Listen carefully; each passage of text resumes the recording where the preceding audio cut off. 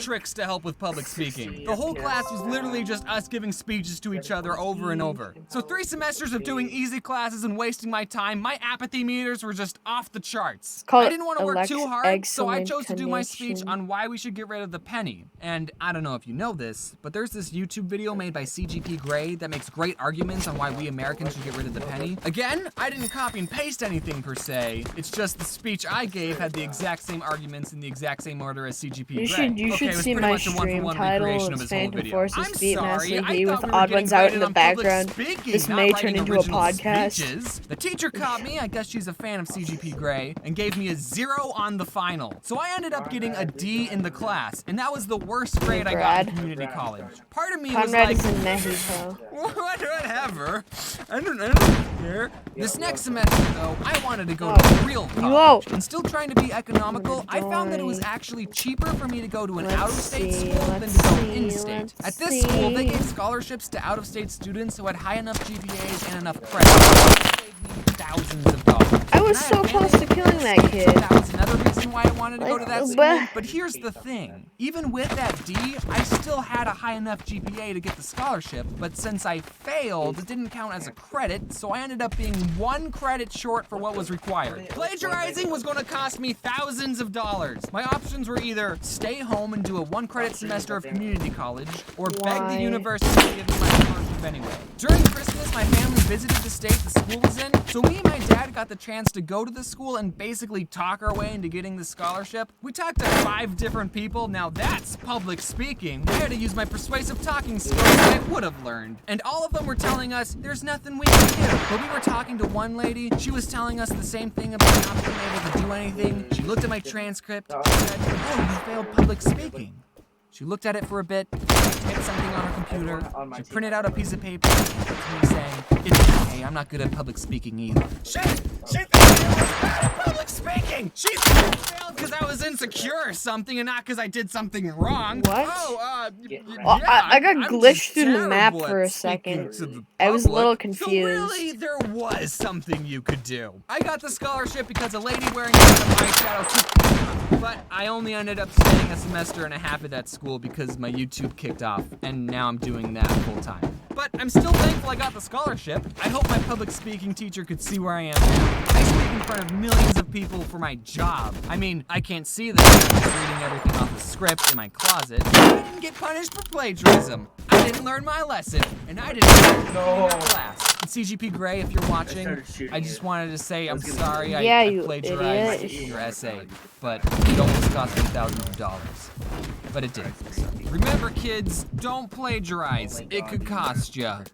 It didn't cost me anything, though. Okay, so there's been some updates to the store. It looks different. We got some new products, and for Black Friday, some things are going to be on sale this week. That's making you lag. Shipping to America is now going to be cheaper because it's not international price. And it's been confirmed that we will be able to ship the plushies before Christmas. Even if you order one right now, and if everything goes according to plan, then they should ship and arrive before Christmas. But I mean, like, you have to order them soon. You know what I'm saying? You can't just order them on Christmas Eve. Check out the store, link in the description. Thanks for watching. I hope my voice doesn't sound too tired. It's 3 in the morning. Let's just get this over with. Don't plagiarize and wear your seatbelt.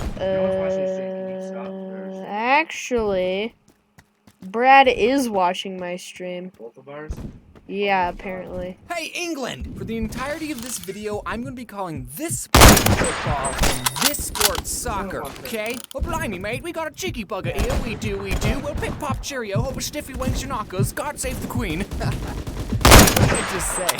So, the theme of this video, sports. Either you love them or you hate them, or you have some other third opinion. Growing up, my family was never big on sports. We never watched any games on the telly. Sorry, I still got some British in me. And me and my dad never went out and played. He was gone a lot. He always talked about it. I did soccer for a couple years when I was like 7. I was on a great team. Sports at that age aren't even like sports. It's just parents wanting you to go outside more. Being a goalie on a soccer team when you're that age is super stressful. The whole team is counting on you. Even stopping a ball that's gently rolled towards you is difficult. One time, the other team we were playing was so sucky that all the players spent the whole game on their half of the field. And I was the goalie for my team. I remember just sitting down and picking at the grass. Soccer was the only sport that I've been on a team for. Well, I mean, I'm not counting the track team that I was on for only 2 days. There is this kid I mentioned now, he was a soccer fanatic. I wonder what he's doing. Okay, England. We have this holiday called Thanksgiving. We left your lame country. Don't ask what we did next. So on Thanksgiving, for some reason, it's a tradition to play football before you go and eat food. So while the ladies stay inside and cook the meal, the men go outside and throw the pigskin around. I'm just kidding, you guys. I'm not a sexist. But I mean, that is what happens. So one time during Thanksgiving, I was a little kid, like 11 or 12, and I was playing football with my dad and his other 40-year-old friends. So me being the littlest, I wasn't particularly the best player. Please. But while we were playing, I freaking caught the ball. I caught it, and then I just started booking it across the field. I've probably never ran so quickly in my entire life, and I actually made it. I scored a home run. What? And that, to me, was such a pivotal point in my life. I felt so accomplished. Yeah, just changing my stream name. Scored a goal against a bunch of adults. I would think back to it if I was ever feeling sad. Like, oh, I failed this math test, but one time I scored a basket against a bunch of adults when I was 12. But I remember I was a senior in high school, and I was just driving, and then the thought came to me, they probably let me score that touchdown. They were going easy on me.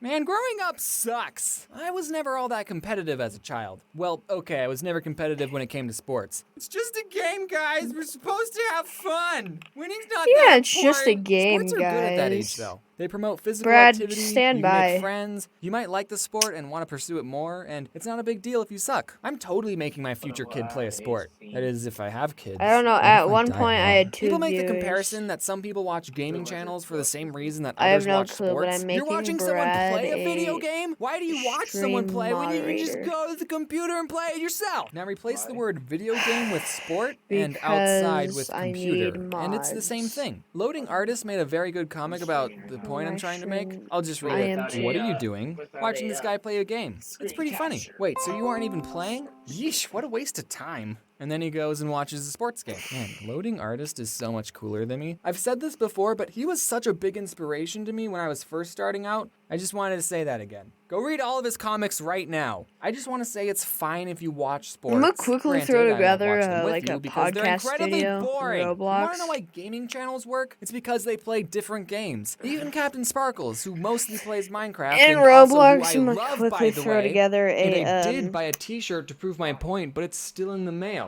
See, look, I bought a t-shirt and I bought sunglasses right here.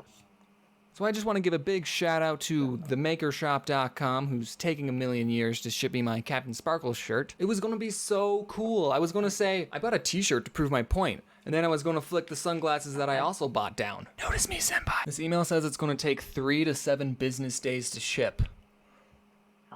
Well, yesterday was the 13th business day. Yeah. So what is it, Jordan? 7 or 13? So I bought this just so I have something physical to show my love for Captain Sparkles. I've been watching all of his videos since TNT. Oh, he's changed it.